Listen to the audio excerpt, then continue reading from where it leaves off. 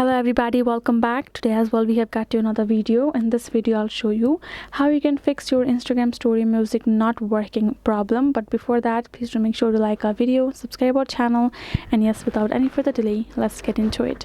So for that, first thing we're gonna do, we're gonna go to our app store.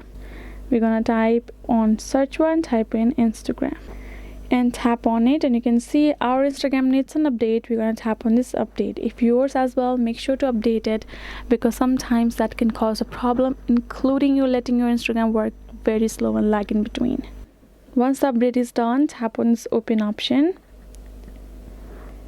and now go ahead, tap on this plus icon and tap on any of the existing music video of yours. Tap on this song icon and search for it. Sometimes the songs that are available in other region might not be for your region. That also can be the option why you're not being able to access it.